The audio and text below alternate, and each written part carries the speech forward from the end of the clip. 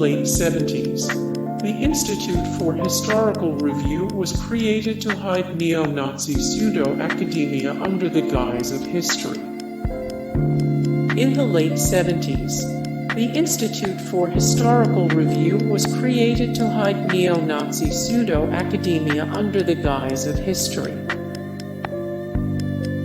Jimmy Carter called the National Socialist Party of America's intentions in Skokie an abhorrent political and social philosophy.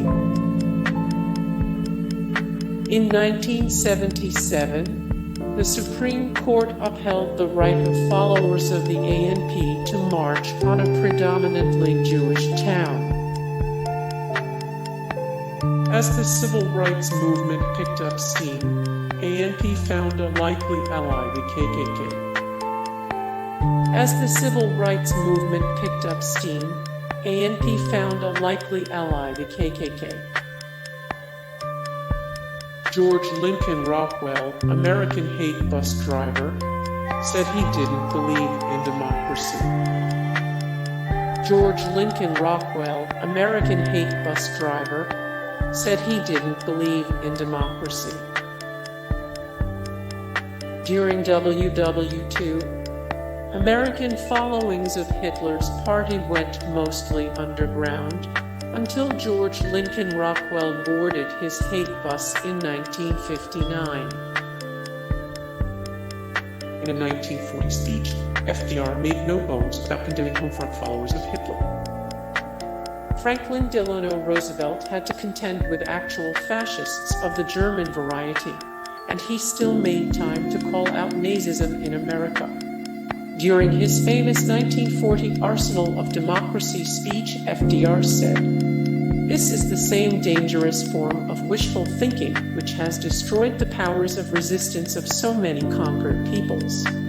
The plain facts are that the Nazis have proclaimed, time and again, that all other races are their inferiors and therefore subject to their orders. And most important of all, the vast resources and wealth of this hemisphere constitute the most tempting loot in all the world. Let us no longer blind ourselves to the undeniable fact that the evil forces which have crushed and undermined and corrupted so many others are already within our own gates. Your government knows much about them and every day is ferreting them out. Their secret emissaries are active in our own and neighboring countries. They seek to stir up suspicion and dissension to cause internal strife. They try to turn capital against labor and vice versa. They try to reawaken long slumbering racial and religious enmities which should have no place in this country. They are active in every group that promotes intolerance. These trouble breeders have but one purpose.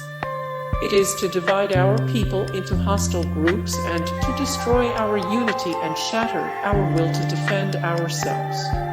There are also American citizens, many of them in high places, who, unwittingly in most cases, are aiding and abetting the work of these agents. I do not charge these American citizens with being foreign agents, but I do charge them with doing exactly the kind of work that the dictators want done in the United States. In the 30s, children got indoctrinated at Camp Siegfried, a form of a Hitler summer camp in New York.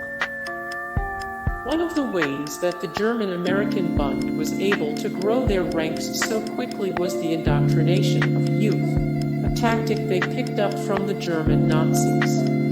The Bund started up various summer camps around the country, open only to children of German origins. The largest and most prominent of these camps was Camp Siegfried, located in Yaphank, New York, a town that became an enclave to fascist Germany. Camp Siegfried's activities were styled after those of the Hitler Youth, right down to the uniforms. These camps served to push the hateful party's ideals onto German American youth, grooming them to eventually join the Bund itself. Many of the individuals attending the 1939 Madison Square Garden rally were teenagers who had been radicalized at these summer camps.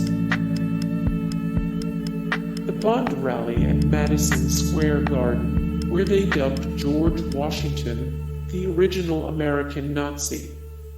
The Bund rally at Madison Square Garden, where they dubbed George Washington the original American Nazi. In Los Angeles, Americans had a birthday party for Hitler in 1935. Because they were on board with Hitler's ideology in Germany, Friends of the New Germany started in the US in the 30s. Because they were on board with Hitler's ideology in Germany, Friends of the New Germany started in the US in the 30s. Ears, the part you probably know their origins are in Germany. Hey guys, thank you so much for the support and likes and comments down below, and also thank you so much for watching, and I look forward to see you in the next video. Then take care, bye.